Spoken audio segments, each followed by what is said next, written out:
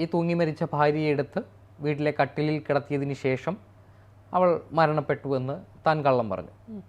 അങ്ങനെയാണ് ഇയാൾ ആദ്യം പോലീസിനോട് രണ്ടാമത്തെ മൊഴിയായി പറയുന്നത്. ആദ്യഘട്ടത്തിൽ പറയുന്നത് പനി ബാധിച്ച് താൻ വീട്ടിലെ കിടപ്പുമുറിയിൽ ഇവളെ മരണപ്പെട്ട നിലയിൽ കണ്ടെത്തുകയായിരുന്നു എന്ന് പോലീസിനോട് പറയുന്നു. രണ്ടാമത് പോലീസിൻ്റെ വിശദമായ ചോദ്യം ചെയ്യലിൽ ഇങ്ങനെ കിടപ്പുമുറിയിൽ തൂങ്ങി മരിച്ച നിലയിൽ കാണപ്പെട്ട ദിവ്യയെ എടുത്ത് കട്ടിലിൽ കിടത്തിയതിനു ശേഷം വീട്ടുകാരെ അറിയിച്ചു എന്നാണ്.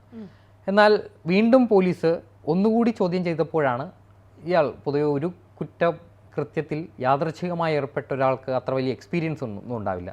സാധാരണഗതിയിൽ നിരന്തരം കുറ്റകൃത്യങ്ങളിൽ ഏർപ്പെടുന്ന ഒരാൾക്കാണെങ്കിൽ പോലീസിനെ കബളിപ്പിക്കാൻ പല മാർഗങ്ങളുണ്ടാവും.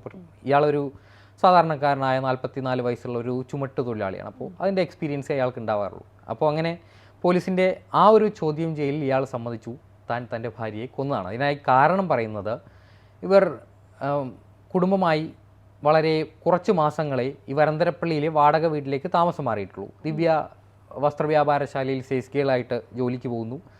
ഇയാൾ ചുമട്ട് തൊഴിലാളിയായി ചന്തയിൽ ജോലി ചെയ്യുന്നു. അങ്ങനെയുള്ള ദിവ്യക്ക് ഈ വസ്ത്രവ്യാപാരശാലയിലെ ഒരു ചെറുപ്പക്കാരനുമായിട്ട് ഒരു ബന്ധമുണ്ടാകുന്നു. ഈ ബന്ധം ഇയാൾക്ക് പലവട്ടം സംശയമുണ്ടാകുന്നു. അത് ചോദ്യം ചെയ്യുമ്പോഴും ഇത്തരത്തിലുള്ള അങ്ങനെയൊന്നും ഇല്ല എന്നാണ് ഈ ഭാര്യയുടെ ഭാഗത്തു നിന്നുണ്ടാകുന്ന മറുപടി.